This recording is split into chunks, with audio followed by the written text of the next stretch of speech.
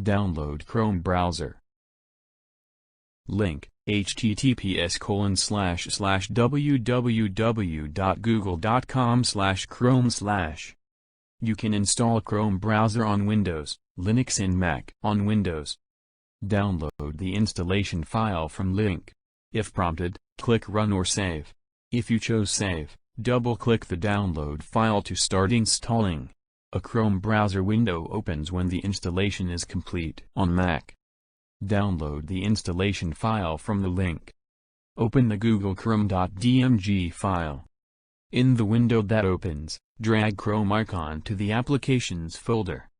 If prompted, enter the administrator password. If you don't know the administrator password, drag Chrome icon to a place on your computer where you can make edits, such as your desktop. Go to Chrome and then Finder.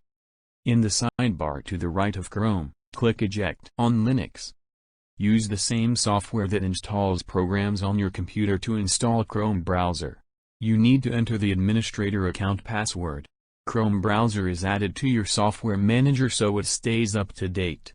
To open the package, click OK. Click Install Package.